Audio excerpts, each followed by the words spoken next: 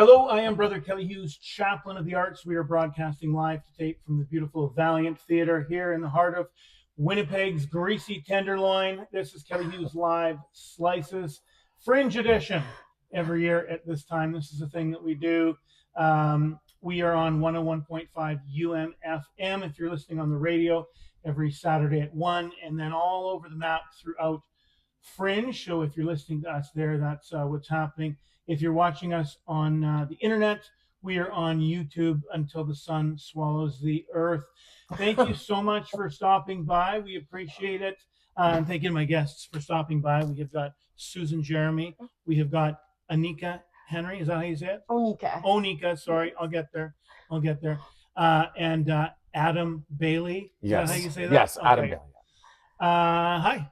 How y'all Hi. doing? Hello. Hello. Great. Yeah. You all look great. Thank You're you. welcome. Oh. Oh.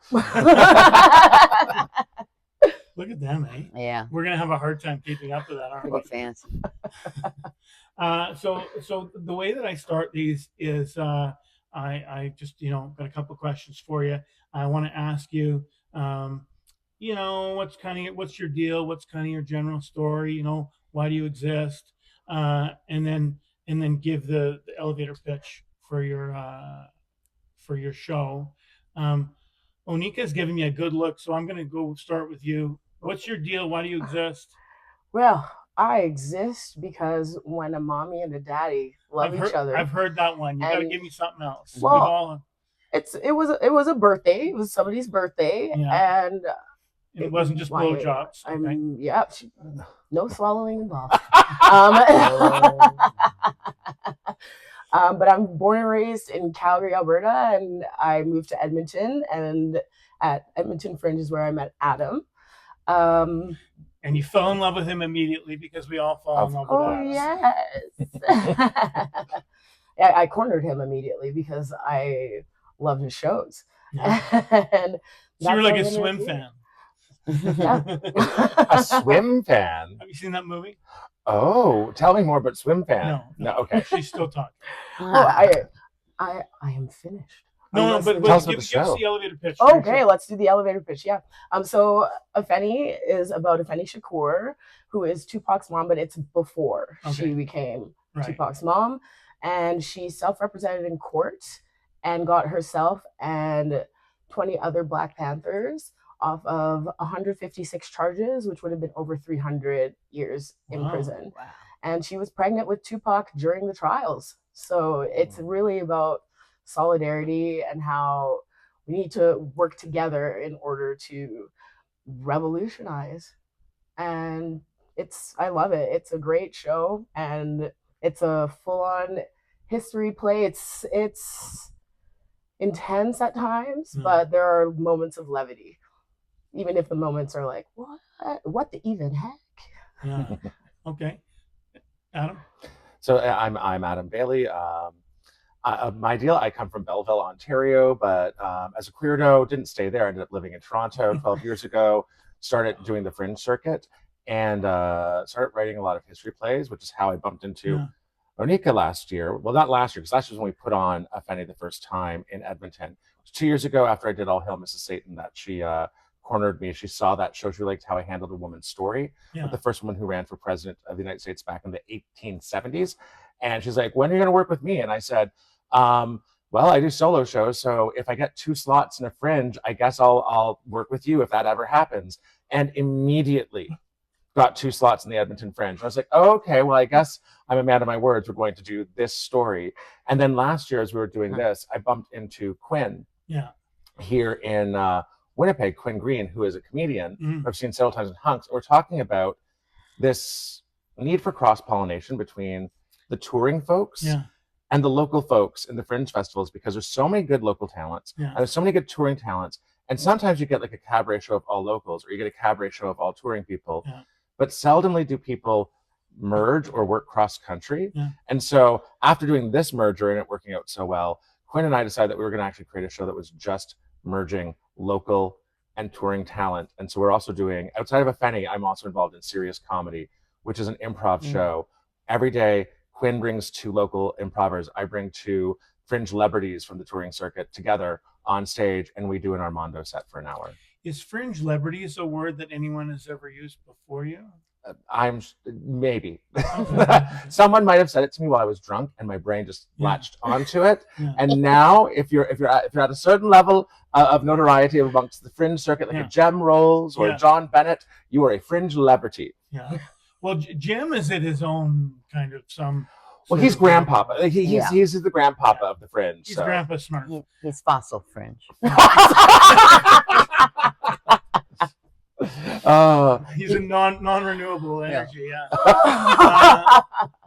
Susan, same deal. Susan Jeremy, yes. I've been coming to Winnipeg Fringe for 20 years, and I found out just this year that I have great-grandparents that were born in Winnipeg, and my father's sister, my aunt that I knew, was born right down the block from the theater where I am performing my new show at the WECC on Ellis Avenue, and the show is The Game of Bluff.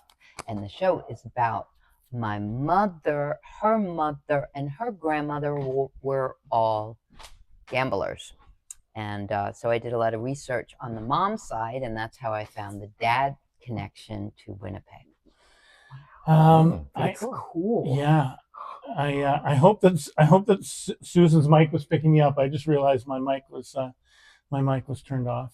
You want to check it? No. This is why I was wandering. This is why I was wandering around. Okay. Have we ever met, Susan? Did we ever do an interview? Or I don't think so. Because it's funny how there's so many people. 20 years I've been coming. And it's funny because I've been doing interviews for a long time, but you can still. It's sort of like what you're talking about with cross pollination. You can even.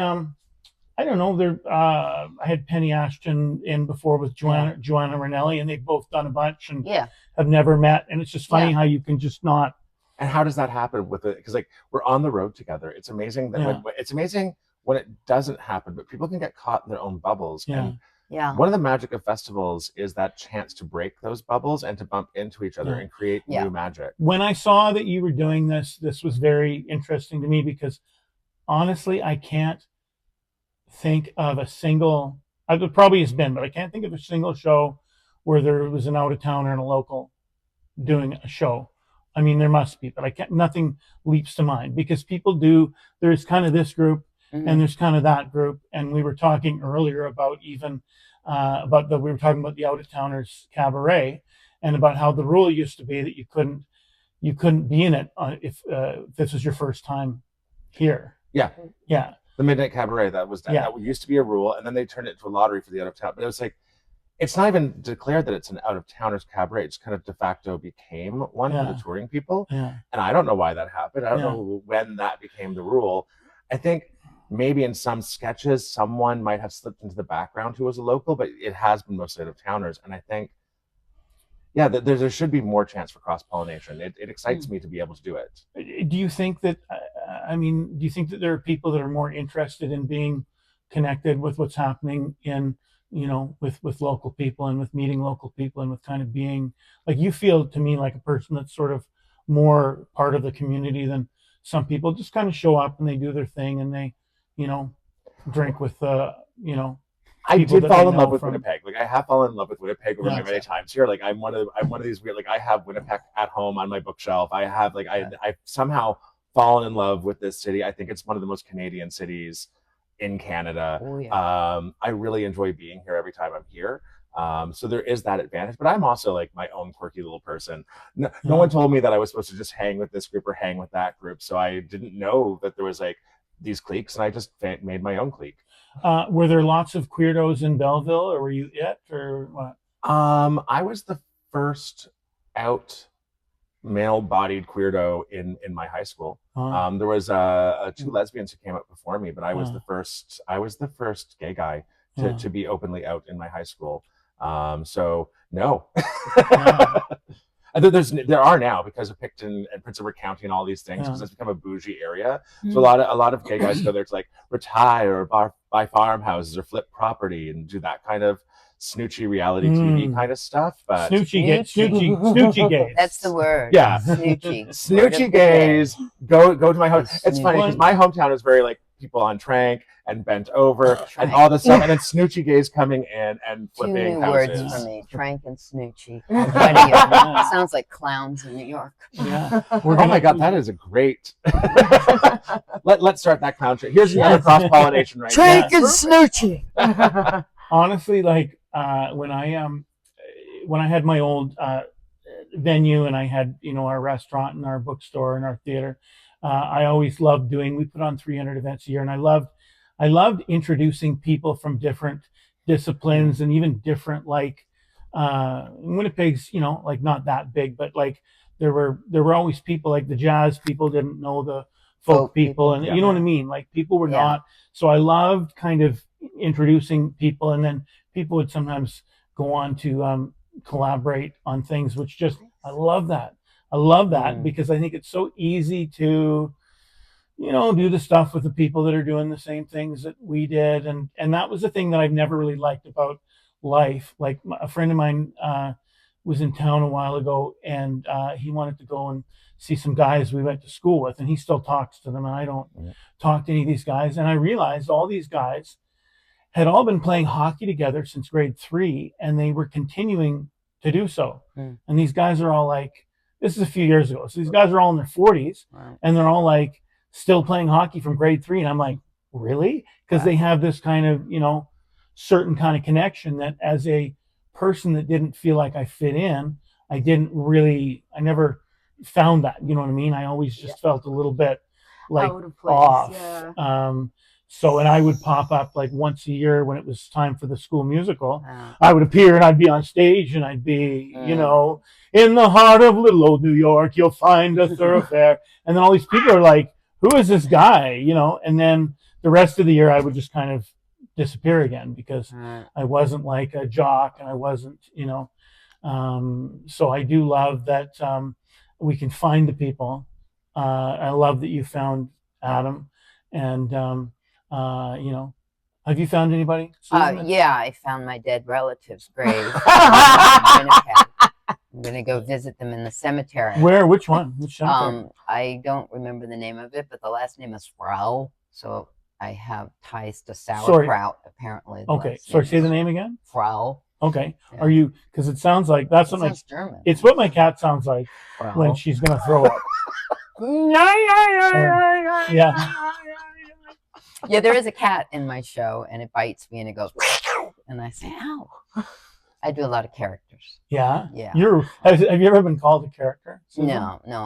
I have not been called a character, but I have many inside of me. Yeah. So this show is I'm slumming it. I have only about 8 characters, where my last one was 15, and before that was 24. You're slowing down. So as I get older, less characters. Or maybe just spend more time with each one. Yeah. There we go. Well, the characters are older. So Marty's in his 80s, and he talks like this. As they do. Marty, yeah. As they do. And then I have a dead character. I've never had that before. Yeah. Yeah. My grandmothers are in it, and they're dead. So they're ghosts. Wow. Yeah. So I look good in those. Ghosts. Because I'm just kind of fading in and out. Yeah.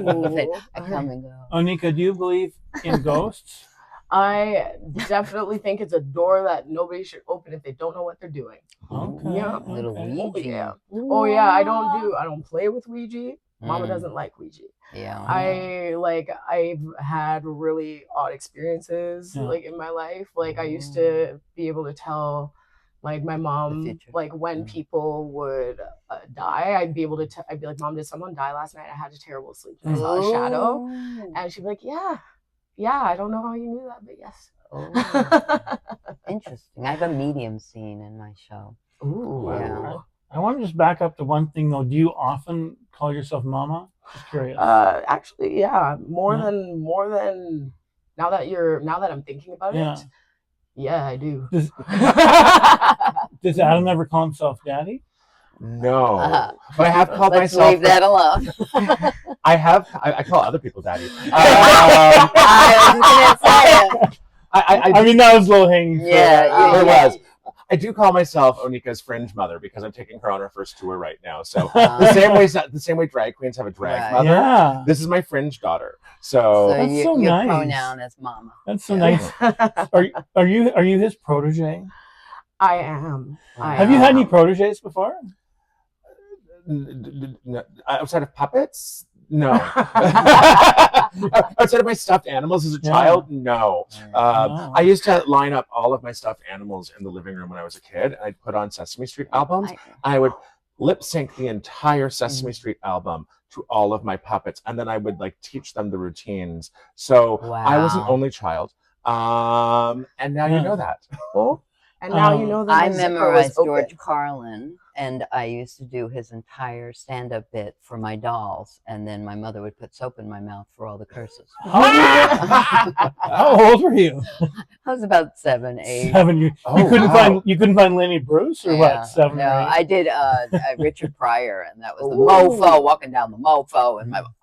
I was a PK, so none of that was in my world. Like we had Bill Cosby stand-up albums, so I could do the Noah routine. Pastor's Lily Tomlin, I did her. PK's Pastor's Kid, right? Yeah, PK's Pastor's Kid. Yeah. But when my parents divorced, suddenly my mom got Robin Williams' The Good Morning Vietnam, and I did the routine about a protective dike by the river, and that. I auditioned for the school talent show with it, not knowing what I was saying. Ooh. Oh, Lord! You can't miss these jokes. Come on, I'm on this morning. I had coffee. The worst, I guess, the ironic part of that is that Bill Cosby ended up being the worst. Mm-hmm. He's out and free now. He's gonna have a comedy special soon. No. Louis C.K. is back out there. Don't trust clean comments. It really is. Don't trust clean comments. They're hiding something. Well, Louis C.K. never went anywhere. I mean, you know what I mean. You just kind of lay low for a bit. And this is sort of what I didn't. We just turned right wing. Yeah. Well, I was fine with, I'm good with, sort of Me Too and with the kind of, let's talk about this stuff and whatever. And what I thought was kind of a weakness was there was no mechanism for anybody to actually like sort of do better or kind of, make, you know what I mean? Like if somebody actually had kind of like a come to Jesus moment, like how do you do that? None of these guys actually did that. Like they just kind of lay low, and then they came back with and then they come Netflix. back. Like Louis C.K. just was sort of started doing small clubs, and then he's just back, and then we just kind of forgot about it. And because I think like we can't, unless somebody's done something like super unforgivably heinous, like we can't disappear people from the earth. Like we're going to exist in the world with Louis C.K. So can he do better? Can he, and maybe he's just a dick and that's fine. But I just kind of felt like, so then in lieu of having like an actual kind of a path for that, we end up with these fake apologies or the fake things or the my favorite is I'm meeting with pastors and people from the Black community. That one where somebody says something terrible and all of a sudden they're meeting with pastors. Right. They're gonna they're gonna tone it down. They're gonna unite. We'll get somebody to give them your stamp of approval, right? Yeah. I just thought how weird because it's kind of scattershot who did and didn't get canceled. Like there's a famous Onion headline which is like Jared Leto wonders what the fuck he has to do. And he was in Masters of the Universe. He's the reason why Margot Robbie became a producer, so she wouldn't have to work with people like Jared Leto anymore. And he never got canceled. Yeah. And everyone knows that he's a creep, but he just keeps working, and that cancel moment never happened for him. That hashtag Jared Leto. During this whole thing, I put together a list of Fringe performers, men that were problematic. Yeah. This is a few years ago. And I just said to people, let me know if you want to know who it is. You can stay away from them. And people would say, people gave me, names. And I mean, pretty much all these guys was more than one person that said, because that's how it works, right? Yeah.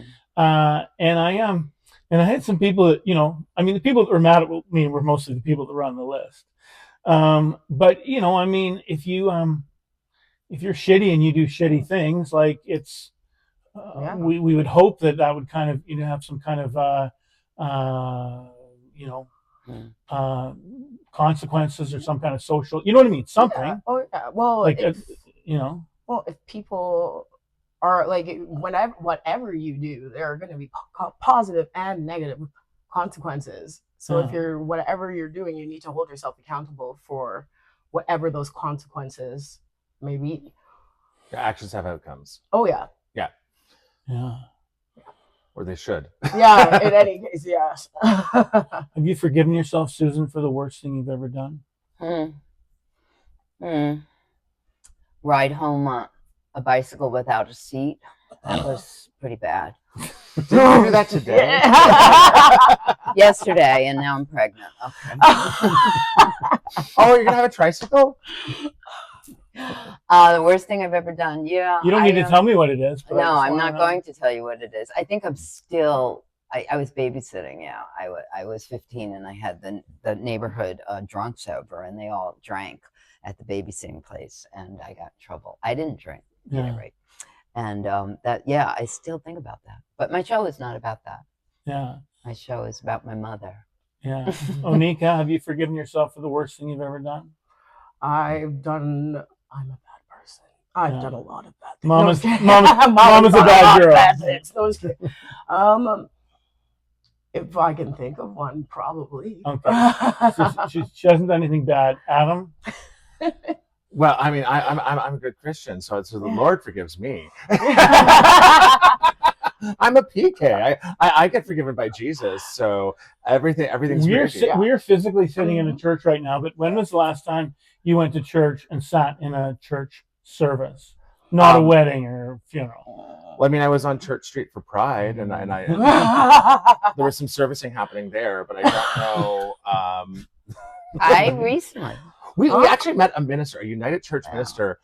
So we took Onika to her first Toronto Pride, because it happens right before Toronto Fringe. Yeah. And because of FIFA, there was a lull in the lineups for the bars. FIFA even impacted who was going into the gay bars at what time. And I'm like, oh, wait, there's no lineups. We can actually get into something that isn't just a beer garden.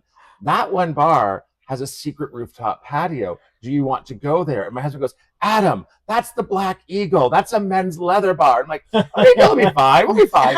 So we go, Onika says she wants to go up there. Yeah, we go sure. up there. We end up As one would want to go. Yeah. Oh my gosh, yeah. We end up going to the roof. It's it's the only rooftop patio in that neighborhood. She ends up holding court. She is a flame, and we are all moths. Wow. And then in this holding court, we end up meeting a United Church minister who also happens to be a leather daddy on the side. And so, you can find religion anywhere. The United Church has, they've embraced it. I know somebody who's a United Church minister who's a little bit freaky like that too. So that's good. Oh. That's good. What we call that affirming. It was very affirming. Yes, it was. And we had a surprising number of leather daddies come and see a Fanny in Toronto. Yes, we did. Susan, do you wear leather? I'm wearing it now. Yeah. I would ask you where it is. I'm curious. I want to ask. I'm trying to think of where it is. It's the insole of my sneaker. Inside. I was still on the church thing. I was ready to answer. Oh, you want to talk about church? Yeah, I went to a mass in Puerto Vallarta, Mexico, in February this year, because we had just been shut down by the cartels, and I was praying, and the mass was in Spanish, and I sat there saying, "Okay, I hope this town will be safe now." Yeah. And how long were you stuck there? I was there for 2 months. I was working, and I was there for the cartels thing, and I was stuck in the house. So you were there for you were working for the cartels? I was working for the cartels, and I couldn't get an audience until I burned a car, and then they all came running. It's hard to get corporate gigs when it was you. It was you all along. It's hard to get corporate gigs when the cartel wants you to come. The cartels were so polite. They would evacuate people from the bus, and then they would torch the bus. So there was nobody was killed. The American tourists were fine. We all just stayed in our little Airbnb, and that was it. And then I was still there for 2 months. I wasn't going to come back to New York. I could get shot in New York. I stayed there. They burned a bus. I'm good. Speaking of fires, that's one of my last times in church. Was when you lit a fire? Well, okay, so it's kind of like what goes around comes around Yeah. story. So when I was in grade 12, we went to France, and because I went to Catholic school, we had to attend mass, and it was right around like we were getting ready for Advent. And there was like this little boy, and the candle was just too tall, and he thought he had it, and he didn't. And when he put it down, it was wobbly. And as the preacher is doing his blah, blah, blah, blah, blah, blah, it just fell into the tree, and the tree caught fire. Wow. And I laughed so hard. I laughed really, really hard. But then, come about a year later, I ended up setting my hair on fire in church because I got distracted and tipped the candle into my hair, and the woman beside me went, "Oh, excuse me, your hair is on fire." No urgency. And I'm just Canadian. Like, that's why. Yeah, it was terrifying. Yours on fire. You did the full Michael Jackson, right? Yeah, and my mom didn't notice, but the church smelled terrible. Oh yeah. Oh my goodness. Yeah. So I don't often go to churches, but when I do, when you do, there's fire. When you do, there's fire. I am the flame. I am the flame. Yeah, he is the flame. Yeah. He's the flame. Adam's the flame. I wasn't at church where this year because we went to Italy, and we were in Salerno, and I got to see the church where Saint Matthew, the one that was the apostle, supposedly is buried. And I actually got to go down, and it's a beautiful catacomb. Yeah. And I got to go and enjoy that. And I actually knelt and prayed in this church. Right. So I still end up at churches. It's not and on your knees, like it's just. No, he's always leave it. So many jokes. Have you seen? There's a video of it's one of those processions in one of these old Catholic places. I don't know if it's South America or Europe or whatever, and they're doing the thing where they all walk down the street. And there's a guy who's Jesus, right, and he's up on the cross, and they're carrying him, and they've got guide wires, and he falls off, and then he's sliding down the thing, and it's the funniest thing. It was before AI, so I know it's real. Right. I mean, now, send it to me. Yeah, now we don't even know. We don't even know what's real anymore. Nothing is real. But humor still is. So even if it's not real, you can still find humor in it. Just don't live by it and swear by it. Are most things funny to you? I have, yes. Yeah. I have many, many things that are funny to me that probably shouldn't be, but they're gooders.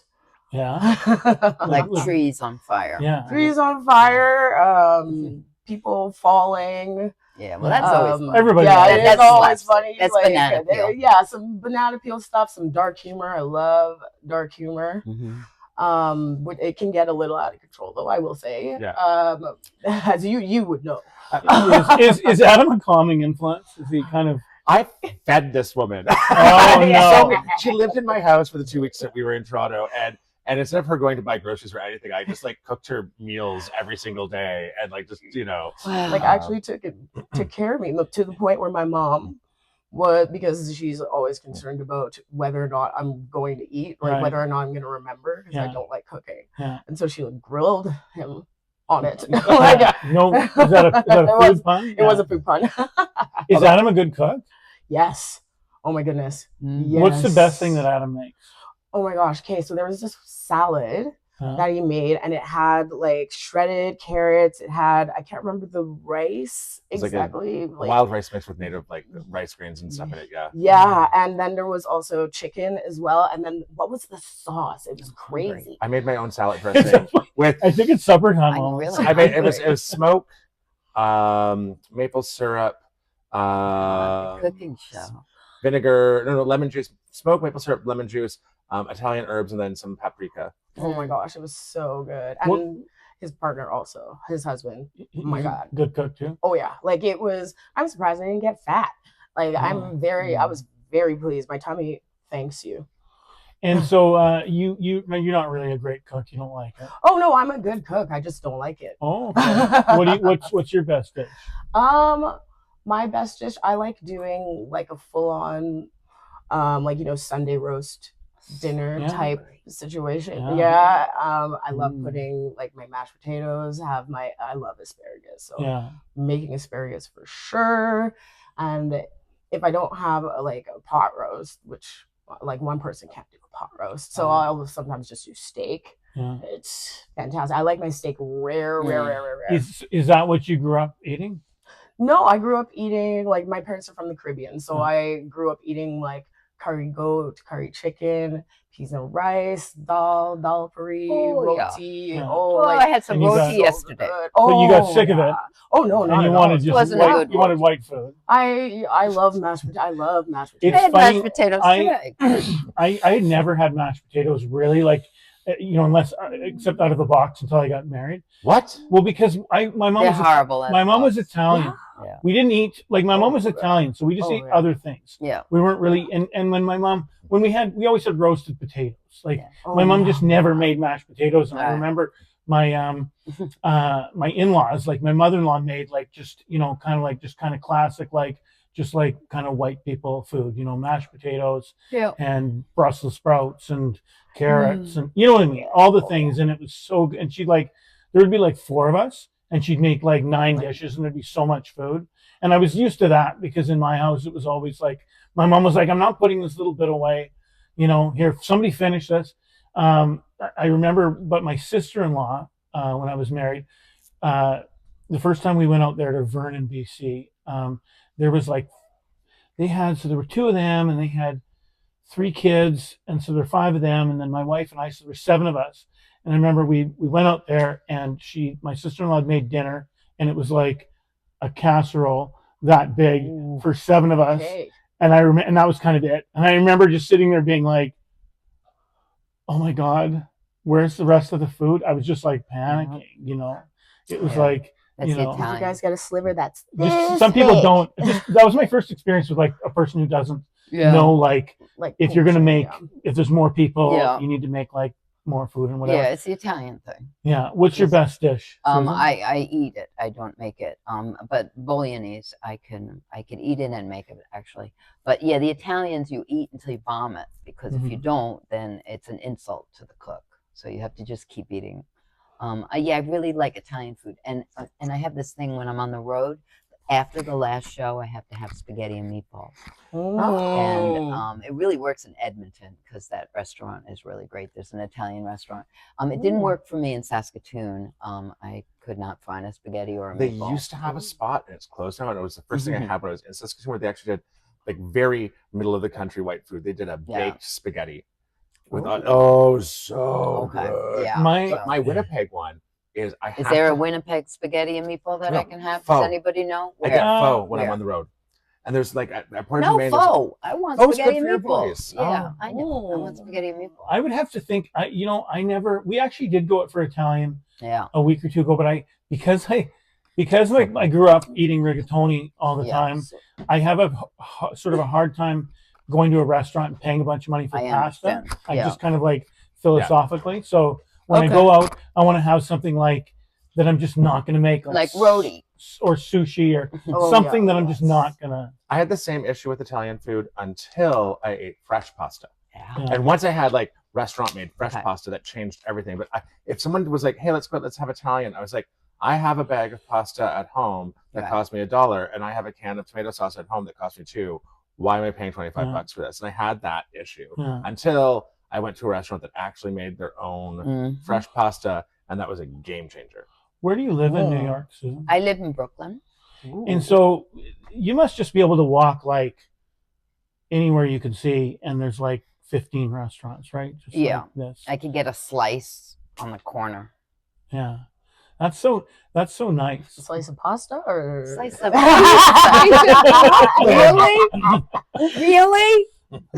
Well, you never know. We've got pasta in the cone at in the Yeah. Edmonton Fringe. No. I can get pierogies too, because Ooh, I've yeah. got Ukrainians near me. Oh yeah. I'm Oh. in Brooklyn, so we have everything around us. You know, Yeah. I've got it all ethnicities, so I can get all kinds of food. Oh, Are you born and bred? I do Brooklyn? like bread. I eat a lot of bread.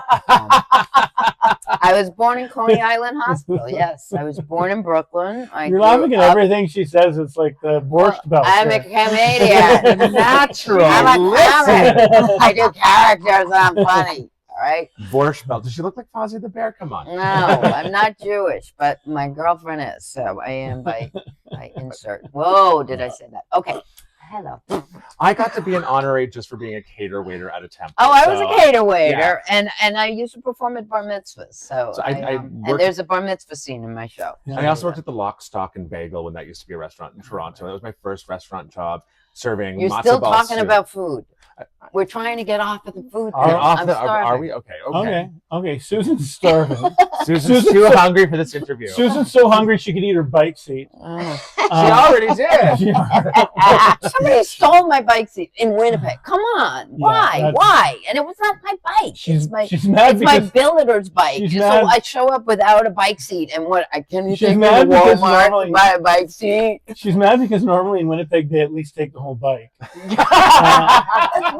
Exactly. If you're gonna, don't take it piecemeal, because then then I'm riding without a bike on the bridge, and a biker comes up to me. Oh wow! Someone take your seat? No, I choose to ride this way. Hey, what? Like I won't yuck your yum. It's up to you. Yeah, I choose. And then I tried to sit on the thing in the back like this because my legs are so long, and then it was horrible. A terribly sad story. Physical. There's probably a bike downstairs. So when we're done this, I have a bike. I just no. I'll see if the seat will come off. That'd be great. I'll loan you the seat. You can bring the seat back later. So we'll try to get off food, and I'm just sorry. I'm having a little trouble just imagining Susan bumping around on her seat. Hey. Onika, what was the worst job you ever had? Oh goodness. Okay. The worst job that I ever had. Well, can it be customer service? Because my word, oh my goodness. So I worked at a computer store. I'm not going to name which one. Okay. But it was it was hard to communicate with each other. Like they didn't want crossover between like the service department, which I was a tech. I started off as a salesperson, then I went over to tech work, and my level of micromanaging was unbelievable. And they wanted you to do a lot for very little, and of course you can't cuss people out even though they're yelling at you. Oh man, that was like my first, that was when I had my first real overt racist experience, and they didn't care. I had people who would we'll call him a return customer, who would memorize my schedule and so I would have to hide in the back. So return customer is a nice way to put it. Return racist. That's what that was. Oh no, that one's a naughty. That's he liked me. It was intense. And I picked up smoking there, so boom. And this was Calgary, right? That's actually in Edmonton. Oh, sorry. In Calgary, I worked like customer service jobs. It wasn't too bad there.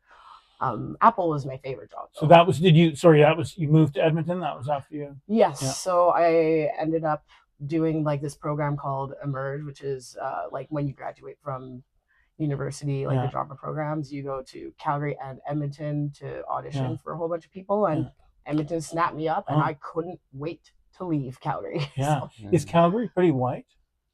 Yeah, well, at least in the areas that I would normally be, yes. But it's starting to get more diverse. I haven't been there in a really long time, so I haven't really seen much progress. What do you mean? Like, how long have you? I've been away now. It's 20. I moved in 2016, so it would be 10 years in October. But you've gone back to visit. Yes, every once in a while I do go back to visit my parents. Yeah. But not that often. Not often enough. Your mother must be giving you a hard time for not coming back to visit. She just drives up here. She drives up to Edmonton. Yeah. I guess it's close enough. Yeah. It's fine. It's just more like I'm not a big fan of driving. I like being a passenger princess. So that makes it that, and my mom knows that will, that's deal breaker. Yeah. I'm hearing generally like you want to be taken care of, and what you you want to be fed too. Oh yeah, I do have to eat. And what you bring is your just charm and good humor, right? But here's the thing, like if somebody's going to cook for me. I will offer to cook for them. I may include that I don't want to. Yeah. But I will Begrudgingly. do it. Yeah. Yeah, I'll begrudgingly do. I'll for sure do dishes and cleaning and that kind of stuff. Okay. But yeah, like let me take care of me. No, just kidding. I'm a strong, independent Black woman. This is what Adam has been waiting for his whole life. How are you with driving, Adam? How far can you drive before you start falling asleep? Oh, I don't have a driver's license. I tried several times in high school to get a driver's license and realized very quickly that it was not for me. Yeah. And everyone else on the road can thank me for not driving. I am a 2 feet in a heartbeat person. I ride a bike. I take transit. I do not get behind wheels. I have, however, flown a plane. Did you land that plane in the Hudson? Was that you? No. But it was on Vancouver Island, and I got to fly around some mountains and stuff. It was really, really cool, and no traffic, no children that you can hit. It's very relaxing. Like flying, that's easy. There was somebody next to you though, right? Like a pilot. Yeah. Okay, when you take flying lessons, you don't do it. Oh, yourself. okay. Okay. I didn't steal a plane. It wasn't. So it was a flying lesson. Yeah, I took flying lessons. You weren't just up with some guy that wanted to bone you, and he said, "Here, take the." Well, I mean, that might have been the case. Two things can be true. Two things can be true at the same time. I don't know what his intentions were with me. He received a sum of money, and I got some flying lessons. I got to fly around, and you get to do all the things. And it was like, you steer the plane on the ground with your feet, which is something new that I discovered when I was there. You'd think in movies they show them on the ground when they're doing stuff with their hands because the audience wouldn't get it. But when you're actually steering a plane on the ground, you're doing it going left and right with your feet. Oh, okay. Because this is for in the air. Yeah, wow. Yeah. The steering wheel is only for in the air. But the feet you can't see. Yeah, there's nothing that you do with your feet. It would look like you were playing a piano or an organ or something. Yeah. Susan, would you rather be in a plane or a car? With me. Would you rather be with or without Adam? I don't know. I get car sick. And the plane, the seats just don't fit my legs, and the person in front of me is always doing this, and there's always a baby going. But then I had a fight with a cab driver on the way to the airport coming here. He tried to cheat me, so I wasn't having it. So I don't know. I haven't used. I like bicycles. I haven't used Uber, but I started using Lyft a few weeks ago when I had to take my truck into the shop. And what I love about it is they just show up. They don't really say anything. They drop you off where you're going, and you don't. The thing I hate about driving in a taxi is conversation. Well, and they want to go off they want to say, $15. They want to go off the, you know what I mean? Yeah. They want to go off the meter. That's what the fight was about. And I'm just like, and sometimes it's like, well, no, I don't want to pay $15 because I know how much it is to get there. It's $12. Right. And I find that I understand that it's a crummy job and they don't get paid well and whatever, but I dislike that. So I like the kind of, it's a haggle. I like the thing where you take the money out, you just do it on your phone, and then all you have to do is smell the cologne, and other than that, you don't have to. I hated it when all of the drivers in the big cities stop talking to you. And they just ignore you now. If you start trying to have a conversation with them, it's just like being dead walled. And I'm like, oh, I hate that. But the funny thing is, in my hometown of Belleville, people who are the chatty cab drivers, they've all taken up cab driving in Belleville. So they'll drive from Scarborough to Belleville 2 hours to do cab driving for the day. And then they get to talk to all the small town folk who love having a conversation. And so we have all of these Scarberian cab drivers from all over the world coming to Belleville, Ontario, just to drive us yokels around. And they love chatting with us because no one gets into a cab in a place like Belleville without saying their name, asking what your name is, asking how you're doing that day. It's going to happen. How big is Belleville? It's about 60,000 people. That sounds awful. I mean, are you one of those? Have you turned into an old man that just wants to talk to people in the grocery store? Anybody who just makes even brief eye contact with you? No, I'm a saint in the grocery store. I wear my headphones and I listen to my podcast and I buy my groceries. But the cashier might get a bit of chit chat. That they don't put up with that in Brooklyn. It's like, get in, get out. Well, There's no conversation. This is the thing that, like, people that haven't, I've been to New York a number of times, and the thing that people don't understand, and people say that New Yorkers are rude, what people don't understand is there's so many people, Right. there's this many people, We and don't have time. and this much space, and you have to, like, keep things moving, and like, even if you're visiting, like, after a few days, you're just like, could these fucking tourists keep moving? Because you're trying to move down the sidewalk and people just stop. And people all just stop there and they want to look at, the cathedral or whatever. And you can't, like, the gears of the city just have to keep moving. Like, that is the thing. It's not like it's efficient. And I like that. You got to be prepared and you got to know, you can't, like, you got to figure out what you're going to get before before you get to the front of the line. You can't stand there and go, well, that's true. Yes. Also, escalators. Anyone who stops when they get off an escalator just needs to be slapped. Like you're on the thing that's moving. Yeah. Now that you're off the thing that's moving, all the people that are behind you. Yeah, even like even your standard stairs, people do that. I nearly mowed somebody down at work, and they were like, "Oh, that was a bad idea." I was like, "Yeah, that pissed me off." But I see people all the time, and they're like adults, like 50 or whatever, and I'm like, how did you get to be this age without getting hit by a bus? You know what I mean? People seem so clued out because you have to move through the world, right?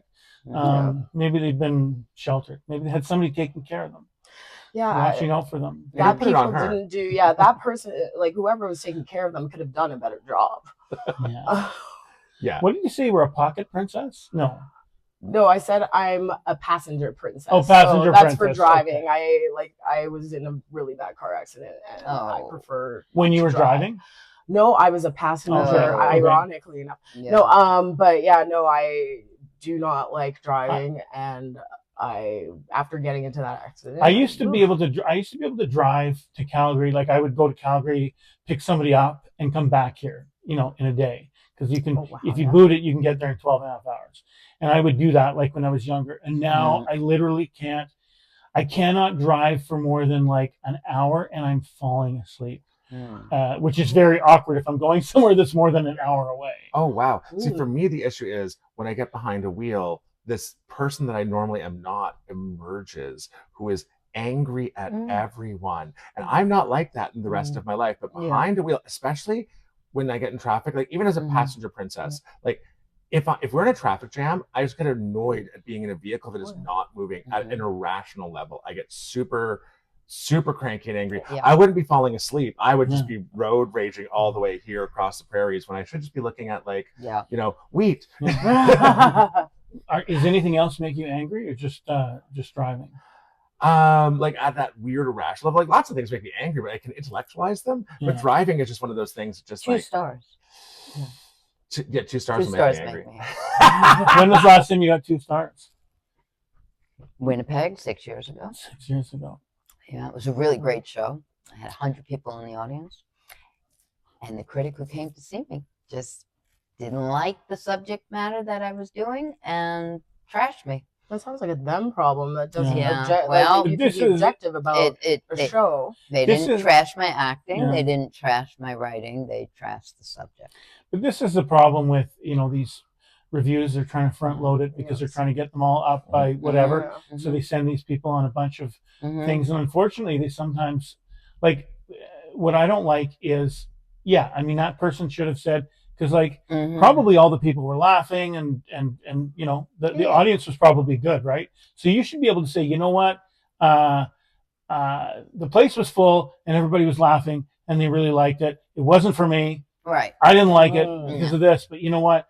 This is what kind of show it is, and if you like this, you'll like it because everybody likes it. I mean, that to me is but Fringe is about, you have a certain amount of time to get people in, and if they have a choice between 9 stars and a choice between 3, they're going to go, and that's not a way to Fringe. Did the 2 stars hurt you?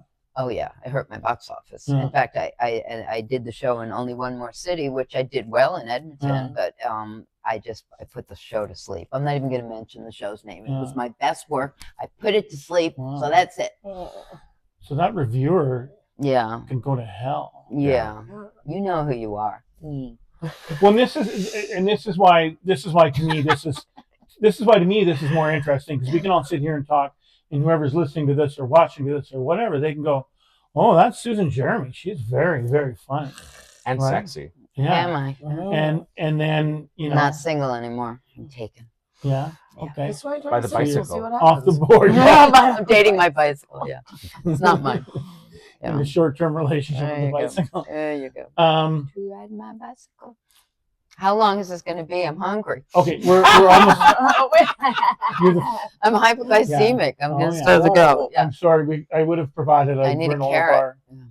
bar. You know what I should have done? I should have brought out the air fryer, and I could have And you could have cooked. Yeah, exactly. I would the air fryer saved my life. I would put carrots and little potatoes and all that stuff. It's great for an ADHD person because it just turns itself off. Yes. That's the problem. My problem. That's what you are, ADHD. Yeah. That's why we're not on one topic. Okay, Yes. I got it. My problem, now I understand. My problem with the oven and the stove is they don't turn off. Yeah, I forget. And Yeah. You probably started a few fires. Well, I only one, surprisingly enough. But I get bored and walk away, and then forget to go back. So I have to set a lot of alarms. It's very tedious for me. I find it so annoying and such a chore that I don't do it. Yeah, we got about 5 minutes left, but we got a little. So you can go have something to eat, Susan, and we'll find you a bike seat.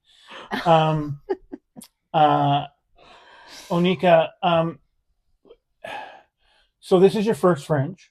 This is my first Fringe tour. Okay. Yeah. So you've right, because you did you've done Edmonton a couple times. Yeah. And you are and you're now here. We had this discussion, not you and me, but some of us had this discussion a few years ago, sort of, I guess, during like Black Lives Matter, about how white Fringe was. Is Fringe still pretty white? Well, in Toronto, that was my first time seeing a whole bunch, like a plethora of Black artists. Yeah. This year, I did not expect, I didn't know what to expect from Winnipeg, but as I was going through the program, aka my new Bible, I saw many shows that are starring Black artists, and it's amazing. It's so cool to be a part of it, to be one of many Black actors artistry. Yeah. That's not what I meant to say, but that's what came out. Yeah. Who's going to want to go see your show? Anybody who's interested in Tupac, a lot of it, especially like where he came from, like his mom was a powerful woman. She's a legend in her own right, separate from Tupac. And so it's really about, like, it's really LGBTQ2S plus friendly, because she actually witnessed the Stonewall riot in herself in solitary confinement. It's a commentary on the justice system. It's really education. It's just as much about education as it is sending out a message of solidarity. And it's thanks to Adam, who took the time to write this show. It's one more Black woman's story out for the world to see. And it's always interesting finding out and realizing whose voices come out and when. And I've had people tell me, like, oh, I've heard of the Black Panthers, I heard of the trials, but not from a female voice, like not the female voices within the Panthers and that kind of stuff, because we still have to take in the historical context, like the times that they were in. Did you do any research, or you just left it all up to Adam? Adam did all of the writing, and I do all of the acting. Yeah, so you just took the script and said you didn't feel like you needed anything other than what Adam had written. You didn't need to dive in. I did double check. So one of my issues is double check. No, oh wait, the She way did that but everything got vetted. Yeah. But it's really interesting dynamic when you're not the one writing it. So when I first interacted with the script, was a little bit different than this time around. But it was because I'm a mimicker, I didn't want to do too much deep diving, too much rabbit hole going, because I didn't want them to be character, just like stereotypical characters. But as now that I've had the show on the road, now this year especially, I've been starting to dive in more and more to help inform and enrich my performance. Yeah.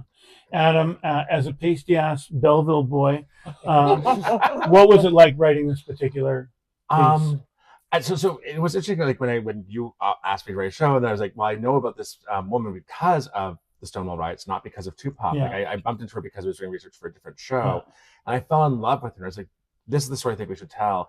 And when I read, because I read autobiography and conversation that she did with Jasmine Gee, Afeni, and reading, I was like, no, we get along. I can tell from like how she's talking about the world and life, we get along. And then as I'm writing, I'm like, what connects me to this story? I really had to question that. And I realized that all of my plays have been about people from the underclass, whether it was Andre Rousseau, whether it was about Franz Ferdinand Mostai with the kid that shot Franz Ferdinand, whether it was with the first one that ran for president. They were all people who came from the lower class and were told that they couldn't do something and then said F it and did it anyways. And I was like, oh, there's a real connection here that I have. Also, I wrote this the year after my mother passed in my mother's house. Like, and there's a strong motherhood connection to the show. So my mom was also with me when I wrote this show. And I've learned a lot producing a show for a Black artist as a white person. When that conversation about Black Lives Matter at the Fringe happened, one of the things that the person who brought up said was that white producers could take on this challenge of producing work for Black people.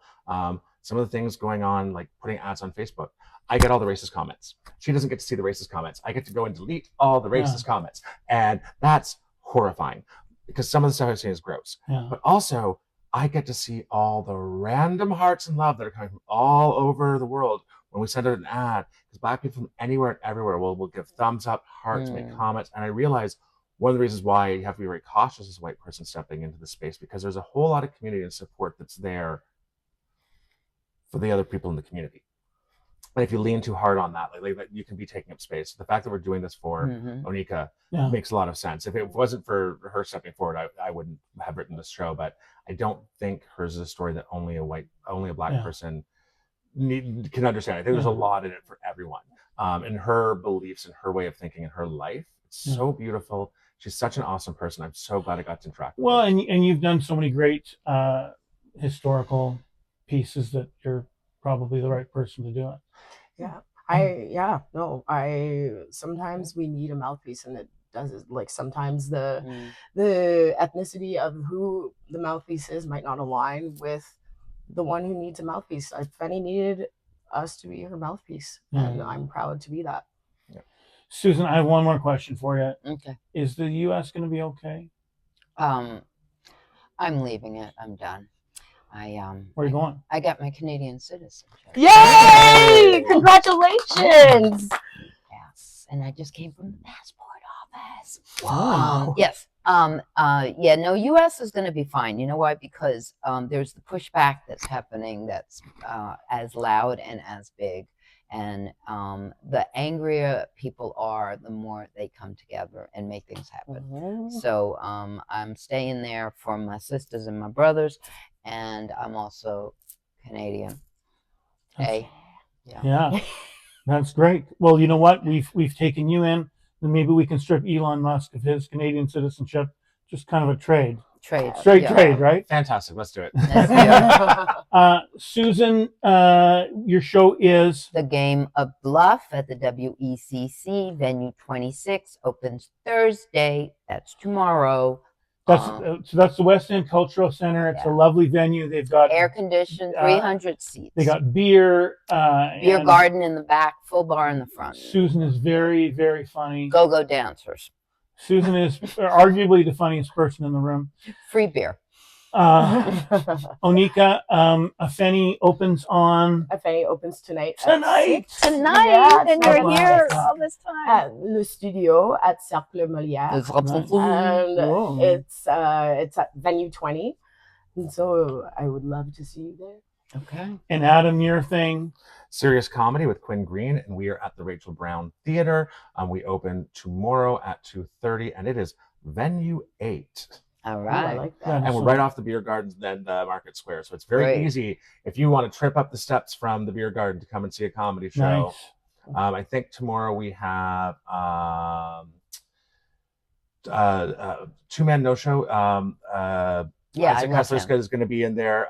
We have Rod Peter Jr. from Hamlet versus Iago last year is going to be in there, and Quinn got a local person there. They have Willow Rosenberg is Nice. going to be Ooh, our monologist. Oh, So wow. Great. Awesome. That's amazing. Yeah. Thank you so much, Canadian Susan Jeremy, fellow Canadians Onika Henry, and the great, the not late great Adam Bailey. We're gonna get Susan a sandwich and a bike seat. Thank you, thank you so much for Eat tuning. and see. Thank you so much for tuning in. There's going to be lots more, so stay tuned. Do you remember our sign off? Yeah. Okay. Art will save us all. art will save us all. Power to the people. Thank you.